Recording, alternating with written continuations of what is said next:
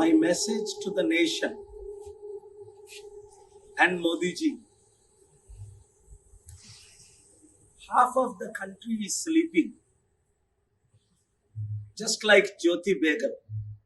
Not interested. దేశభక్తి సగానికి సగం మంది లేదని చెప్పొచ్చు. ఓన్లీ రామ భక్తులు అయితే సరిపోదు. జ్యోతి కృష్ణుడు భక్తులే, హనుమాన్ భక్తులు ఉన్నారు, అల్లా భక్తులు ఉన్నారు, క్రైస్త భక్తులు ఉన్నారు, బుద్ధిస్టులు ఉన్నారు, జైన్స్ ఉన్నారు, యూదులు ఉన్నారు, అందరూ ఉన్నారు. అందరినీ ఏకపరిచే బాధ్యత మోదీ గారికి ఉంది. ప్రధానమంత్రులకి, ముఖ్యమంత్రులకి వాళ్ళ పని ఏంటంటే అందరినీ యునైట్ చేయడం, పడుకోబెట్టడం కాదు. దేశంలో ఏం జరుగుతుంది మీకు తెలుసా ప్రజలారా? సర్వనాశనం అన్ని విధాలా అయిపోతుంది. అందుకనే ప్రపంచాన్ని విడిచిపెట్టి మరలా నేను మన దేశానికి వచ్చింది.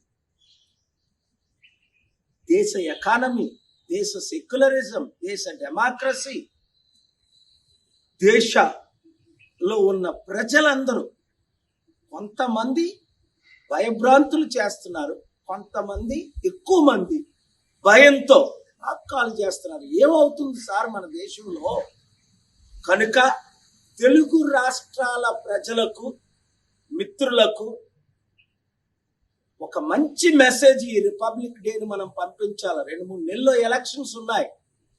మన తెలుగు సత్తా, దైవ సత్తా, మన ఐకమత్యం పార్టీలకు అతీతంగా, అందుకే నేను విశాఖపట్నం ఎంపీగా నిలబడుతున్నాను.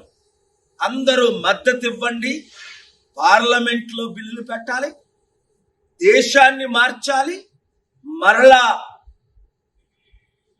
బ్రిటిష్తో యుద్ధం చేసి ఏ విధంగా స్వాతంత్రాన్ని మనం సంపాదించుకున్నామో, అందరికీ స్వాతంత్రం వచ్చినంత వరకు, అంబేద్కర్ ఆశయాలు నెరవేర్చినంత వరకు గాంధీ శాంతి మార్గంలో మనం నడవాలి.